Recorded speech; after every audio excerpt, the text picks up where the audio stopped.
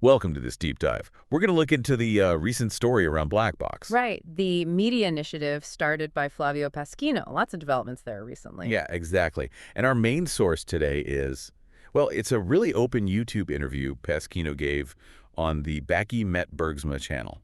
Ah, yes, I saw that. It's very much a first-hand account. Gives quite a clear picture from his perspective anyway. It does. So our goal here is to sort of understand the sequence of events, what led to the problems of Black Box. And get Pasquino's take on what happened, naturally. Plus, understand the thinking behind his new project, Lighthouse TV. Right. And ultimately, maybe we can extract some valuable insights about how alternative media works, or sometimes doesn't, and the challenges it faces. Sounds good. Where should we start? His background, maybe. Okay, yeah. So Pasquino actually comes from a television background. Might surprise some people who only know him from Black Box Online. That's interesting. He talks about his time as a sports reporter for Eurosport and doing documentary work, too. Right, so he had that foundation in video production already, which, probably helped when everything shifted online during the pandemic. Precisely. The restrictions back then really, well, they accelerated the move to online content, didn't they? Absolutely. And Pasquino, with those skills, was sort of well-placed to jump in. And from the interview, it seems Black Box got going pretty quickly. Its focus was on training presenters, giving a platform to different voices. Which is pretty common for these kinds of independent outlets trying to offer something different. Yeah. But then we get to the core issue, this bestuurlijk geschil, he calls it, a governance conflict. Ah, okay. This seems to be the main trigger for all the trouble. It looks like it. It came about because a new board of directors was appointed. And this is where it's, well, personal. How so? Pasquino felt he just couldn't work with some of these people.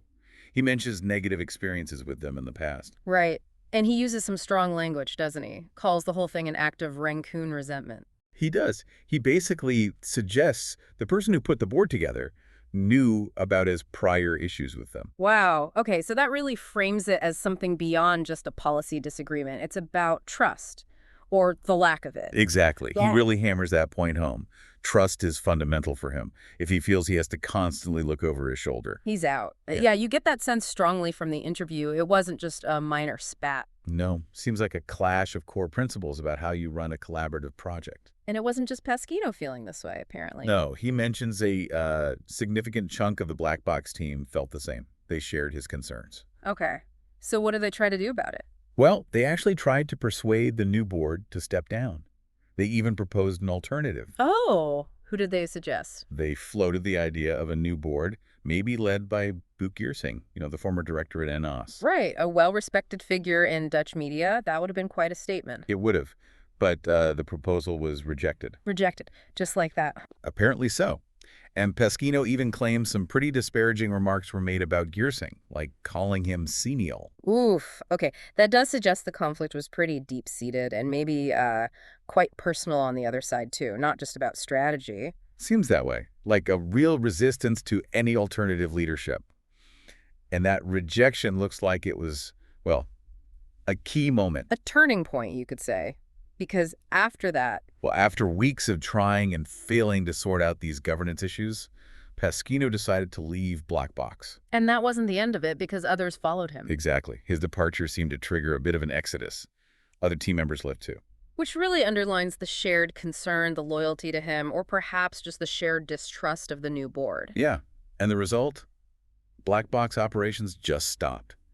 Pasquino puts it bluntly. De hele het absurd gegaan. The whole place went dark. And he doesn't sound optimistic about its future under that new leadership. Not at all. Quite bleak, actually. So this brings us to the why. What does Pasquino suggest were the motivations of this new board? He speculates a bit. One idea is that maybe their goal was actually to undermine or even dismantle Black Box. Or perhaps they just miscalculated. That's another possibility he raises. Maybe they thought Pasquino and the key team members were, financially dependent on Black Box. Thinking they'd just have to accept the new terms eventually. Right. But he draws this interesting comparison here.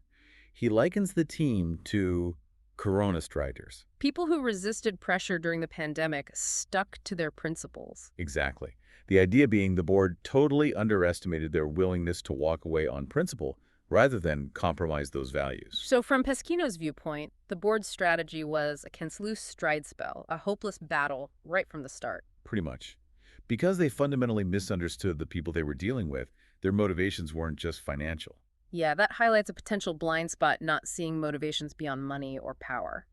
Then Pasquino zooms out a bit, talks more broadly about threats within alternative media and even society. Okay, how does he connect this? He mentions a speech by Jay Fennell, someone who comments on these things, about internal infiltration risk, the idea of eroding cultural DNA from within. And he sees the black box situation fitting that pattern. He seems to suggest it might be, yeah. He draws parallels with alleged issues at another place, BJ12 Nederland, implying similar internal disruptions could be at play. Interesting. And this leads him to talk about information warfare. Sort of. He argues against centralization.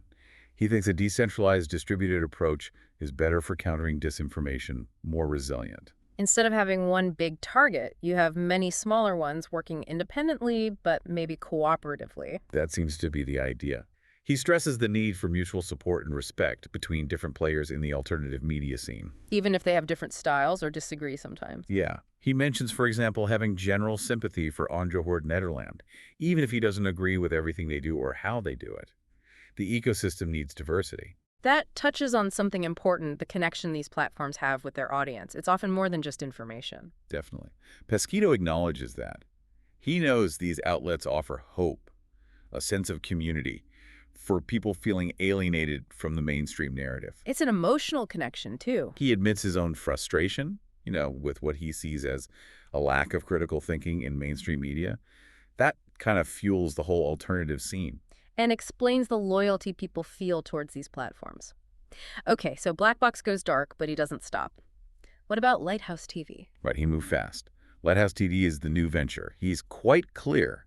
The core mission continues, just under a new banner. Same kind of content, similar schedule. Looks like it. Mondays, Wednesdays, Fridays. Similar formats, but obviously new branding, new studio eventually. And the launch date, May 5th. That's symbolic, isn't it? Very. Bevriedingsdag Liberation Day in the Netherlands. Sends a clear message. And the name itself, Lighthouse TV. He explains it as being like a lighthouse for ships, a beacon, a neutral point for navigation when things are confusing or stormy. Aiming for an image of guidance and clarity. Yeah. And he actually mentions that the name Black Box sometimes attracted criticism, connotations of darkness or conspiracy theories. So Lighthouse is a deliberate shift away from that. Interesting. What about legal fallout? Does he expect trouble? He seems pretty relaxed about it, actually. Says his lawyers reckon the former board has more potential liability than he does. So he's not anticipating lawsuits against him. Doesn't sound like it. His main focus now is just getting Lighthouse TV up and running. Getting content out there quickly. Exactly. He even says the studio might not be perfect at first, but the message is more important than polished presentation right now. He wants to bring the audience along for the ride as they build it. Okay, so let's try and wrap this up. The story, in essence, is governance conflict at Black Box, rooted in distrust and past issues. Leading to Pasquino leaving, others following, Black Box operations stopping. And then the very rapid emergence of Lighthouse TV. Yeah. So what are the key takeaways for you listening to this? Well, I think it highlights the fragility of these media ventures, especially independent ones. Trust and a shared vision inside the organization are absolutely critical. And it shows how internal problems, fights within the house, can sometimes be a much bigger threat than any outside pressure. Definitely. And also, it underlines the continuing demand for different perspectives and that strong, almost emotional bond these platforms can create with their audience. So here's a final thought for you to maybe chew on. What does this whole episode tell us about internal conflicts more broadly? Especially in groups or movements trying to push for change.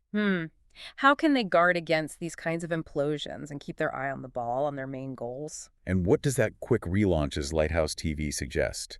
Does it show resilience, or maybe just how much demand there still is for these alternative voices, regardless of the drama behind the scenes? Something to think about.